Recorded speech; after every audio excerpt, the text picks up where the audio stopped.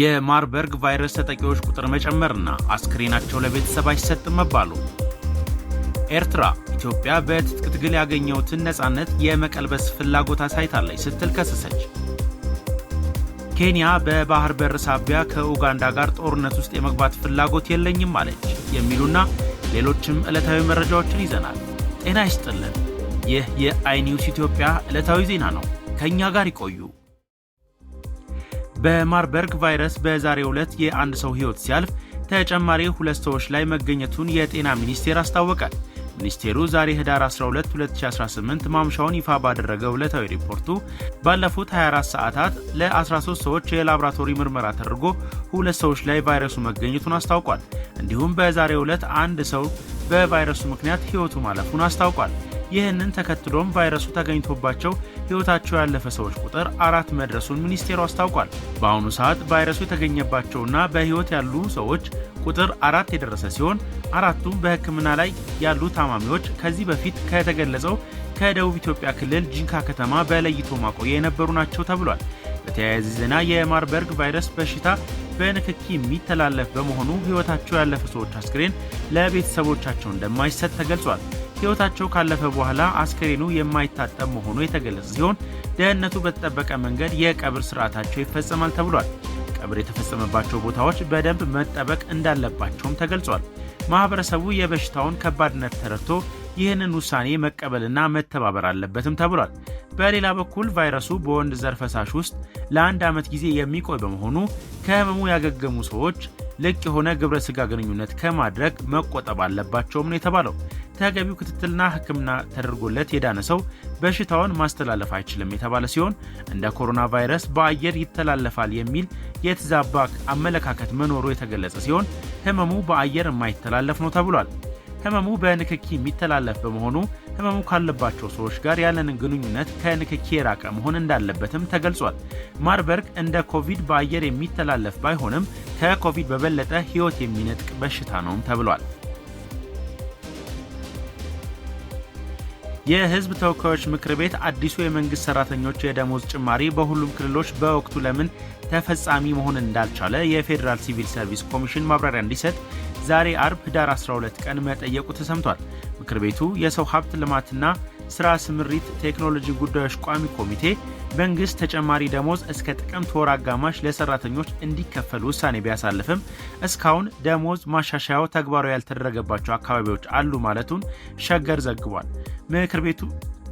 ለምክር ቤቱ አባላት ጥያቄ ምላሽ የሰጡት የሲቪል ሰርቪስ ኮሚሽን ምክትል ኮሚሽነር ጌታቸው ጀንበር በጭማሪው የደሞዝ ክፍያ አተገባበር ዙሪያ ለተፈጠሩ ችግሮች የክልል መንግስታትን ተጠያቂ ማድረጋቸው ዘገባው ጠቅሷል።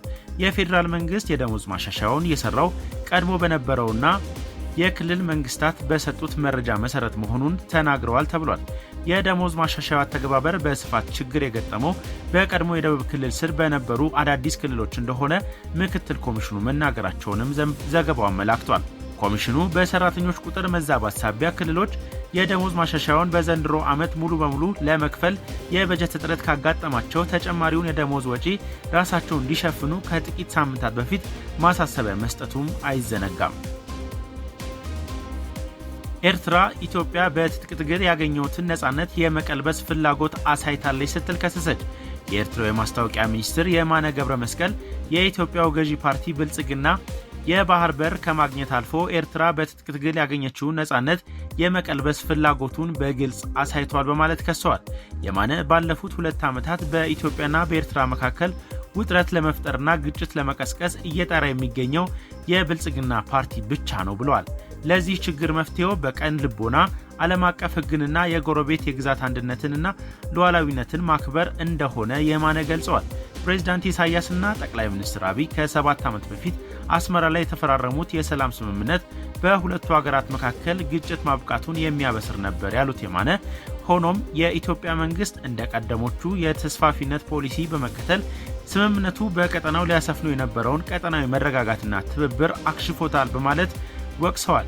የማነ አያይዘውም የኢትዮጵያ መንግስት በኤርትራ ላይ ጦር በመስበቅ ብሔራዊ ስሜትን ለማነሳሳት መገናኛ ብዙሃንን አማካኝነት የሚያደርገው ዘመቻ ተጠናክሮ ቀጥሏል ብለዋል። ኢትዮጵያ በኢፍትሐዊ መንገድ የተነጠቀችው የባህር በር ጉዳይ ከዚህ በተቃራኒው እንዴት አጣነው፣ ማን ሰጠ፣ ማን አጸደቀው የሚሉ ሰነዶች እንኳን ፈልጎ ማግኘት አለመቻሉ ዛሬም እንቆቅልሽ ነው።